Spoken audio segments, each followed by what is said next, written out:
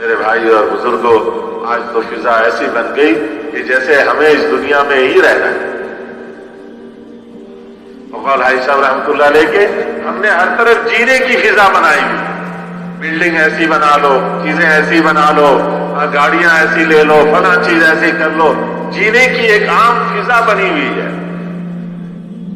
بخاری شریف کی روایت میں اکثر ذکر حاضم لذات الموت، لذتوں کو توڑنے والی چیز یعنی موت کو کثرت سے یاد کیا کرو۔ حضرت حسین ابن علی رضی اللہ تعالیٰ فرماتے ہیں، ایک دن رسول اللہ صلی اللہ علیہ وسلم تشریف لائے اور منبر پہ کھڑے ہوئے، صحابہ سامنے بیٹھے تھے۔ آپ نے فرمایا ایھا الناس کأن الموت فیھا علی غیرنا کتب۔ صحابہ کو 1400 سال پہلے کہ اے لوگوں، صحابہ سے خطاب کر کے کہہ رہے ہیں، وہ قیامت تک کے آنے والے انسانوں کو کہہ رہے ہیں، اے لوگوں تم تو دنیا میں ایسے جی رہے ہو جیسے موت ہم پر نہیں، ہمارے علاوہ اوروں کے لیے لکھی گئی، ہم پر نہیں آئے گی۔ کأن الموت فیھا علی غیرنا کتب۔ آئے دن سن رہے ہیں، آئے دن سن رہے ہیں۔ وَكَأَنَّ الْحَقَّ فِيهَا عَلَى غَيْرِنَا وَجَبَ۔ اور دنیا میں ایسے رہ رہے ہیں جیسے جو اللہ کے احکامات ہیں، جو اللہ کے بتلائے ہوئی چیزیں ہیں، وہ حق ہم پر نہیں ہے، اوروں کے لیے۔ تم کرو، یہ تم لوگوں کے لیے ہے، مجھے تو تھوڑی، میں تو بالکل مبرہ ہوں۔ وَكَأَنَّ الَّذِي نُشَيِّعُ مِنَ الْأَمْوَاتِ سَفَرٌ عَمَّا قَلِيلٍ إِلَيْنَا رَاجِعُونَ۔ اور روز آئے دن جن کو ہم تیار کر کے کفن میں آگے بھیج رہے ہیں، یوں سمجھ رہے ہیں جیسے سفر پہ گیا، بس تھوڑی دیر میں واپس آ جائے گا۔ وَنَأْكُلُ تُرَاثَهُمْ كَأَنَّنَا مُخَلَّدُونَ بَعْدَهُ۔ اور اس کے چھوڑے ہوئے مال و متاع ترکے پر ایسے ٹوٹتے ہیں، ایسے جھگڑتے ہیں، ایسے لڑتے ہیں کہ جیسے ہمیں تو ہمیشہ یہ ہم نے ہمیشہ رہنا ہے، وہ مرنے والا گیا، اور کوستے ہیں اس مرنے والے کو کہ مرنے والا ایسا چھوڑ کر گیا کہ ہمارے خاندانوں میں جھگڑے پڑے۔ کوئی اپنے حق سے خود سے دستبردار ہونے کو تیار نہیں کہ وہ مرا ہے، مجھے نہیں مرنا ہے، میں تو اپنا حق لے کے رہوں گا۔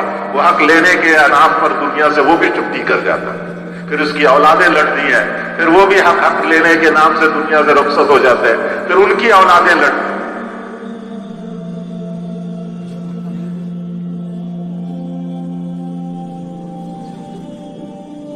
میں عائشہ رحمۃ اللہ علیہ کے برادری کے، میں نام نہیں لوں گا، آپ میں سے بہت سارے جانتے ہوں، تو ان کا بیٹا، ایک ہی بیٹا تھا، عائشہ صاحب کو بڑا محبت تھی اس سے، اکثر ان کی والدہ، وہ بھی عائشہ صاحب کے خاندان کی تھی، فون کرتی رہتی تھی، انتقال کر کے سب۔ وہ بیٹا باہر ایک ملک میں رہتا تھا، وہاں سے آیا، مجھے فون کیا تو میں نے کہا جی آ جائیں، میں دروازے پہ بھیجتا ہوں لڑکے کو۔ وہ خیر آ گیا عائشہ صاحب، مجھے بڑے خوش ہوئے عائشہ صاحب۔ وہ باتیں بہت محبت کی بات ہے، بچپن سے اس کو عائشہ صاحب نے کیا تھا، اور ان کے والد بھی بڑے بہت قابل، پاکستان کے بہت نامی گرامی ہستی تھے وہ۔ تو عائشہ صاحب نے کہا کہ بھائی وہ تمہارے جو جائیداد تھے ماموں کا، اس کا کیا ہوا؟ تو وہ ہنسنے لگے، کہنے لگے کہ عائشہ صاحب نے پھر مجھے سنایا، کہنے لگے کہ 3 ماموں تھے، ایک جائیداد پر ان کا جھگڑا تھا تینوں ماموں کا، تو ایک ہی گاڑی میں بیٹھ کر تینوں عدالت جاتے تھے، تینوں کا وکیل بھی ایک ہی تھا، تینوں ایک ہی گاڑی میں عدالت سے واپس آتے تھے، تینوں دنیا سے رخصت ہو گئے، وہ جھگڑا اولاد میں چل رہی ہے، اسی طرح چل رہی ہے۔ میں نے کہا اولاد بھی چلی جائے گی، پھر اولاد کی اولاد چلے گی، پھر اولاد کی اولاد چلے گی، کہاں اپنی صلاحیتیں برباد کر دنیا کی ان ٹھیکریوں کے پیچھے۔ وہ کہتا مجھے حساب دو، وہ کہتا تم مجھے حساب دو، وہ کہتا تم مجھے حساب دو۔ سارے خاندانوں میں یہ جھگڑے چل رہے ہیں، کیا تبلیغی، کیا غیر تبلیغی، دوسروں کو کیا رونا لگا۔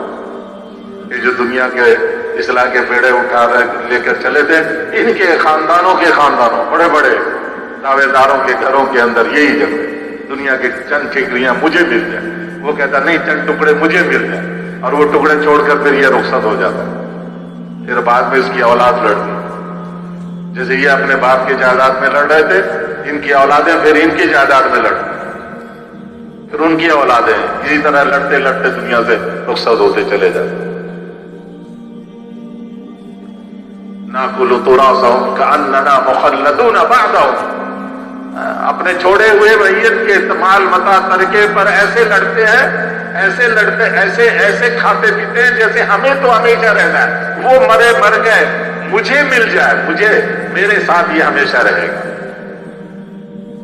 طوبی طوبی لمن شغلہ عیب عن عیوب الناس. خوشخبری ہے، مبارکبادی ہے اس شخص کے لیے جو اپنے عیب کو دیکھنے میں ایسا مشغول ہو گیا کہ اس کو دوسروں کے عیوب دیکھنے کے لیے فرصت ہی نہیں. اپنے عیب کو دیکھ،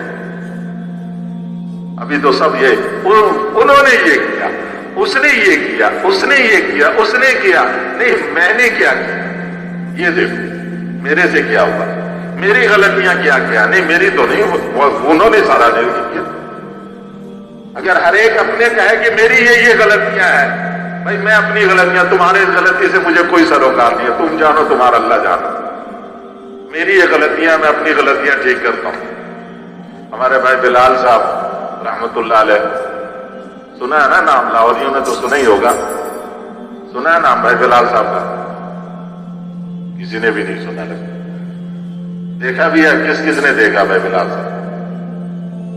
آپ نے تو خیر دیکھا ہی دیکھا، امام صاحب. بہرحال وہ مشہور قصہ ہے نا جو گرم تیل میں ہاتھ ڈال دیا تھا، ان کا مشہور قصہ ہے. تو یہ جو گرم تیل میں جب ہاتھ ڈالا تھا، بزرگ بن کر نہیں ڈالا تھا، ہاتھ ڈالنے بزرگ بننے کے بعد ایک دفعہ بھی نہیں ڈالا تھا. نہیں آپ لوگ بھی ہاتھ ڈالنا شروع کر دو. وہ تو ایک ایمانی کیفیت ہوتی ہے، جوش ہوتی ہے، ایک حال ہوتا ہے، اس حال میں یہ سب کچھ ہو جاتا ہے. وہ عجیب امی تھے، ان پڑھ، پان بیچتے تھے. فرماتے تھے کہ جب کسی کو یوں کہو نا، یوں انگلی سے ایسا ہے، تو یہ 3 انگلی تیری طرف اشارہ کرتی ہے کہ تو 3 مرتبہ ایسا ہے. اس کو کیوں کہہ رہا ہے وہ ایسا ہے؟ اس کی طرف تو نے 1 انگلی اٹھائی ہے، تیری 3 انگلی تیری طرف کر رہی ہے کہ 3 دفعہ تو اپنے آپ کو دیکھ، 3 مرتبہ. طوبا، حضور کیا فرما رہے ہیں؟ طوبا شجرۃ فی الجنہ، جنت میں ایک درخت کا نام ہے طوبا. 100 سال بھی تیز رفتار گھوڑا اس کے سائے میں دوڑتا رہے تو سایہ ختم نہ ہو. طوبا، مبارکبادی، خوشخبری، شجرۃ فی الجنہ اس شخص کے لیے جو اپنے عیب کے دیکھنے میں اتنا مشغول ہے کہ اسے دوسرے کے عیوب کے لیے وقت ہی نہیں.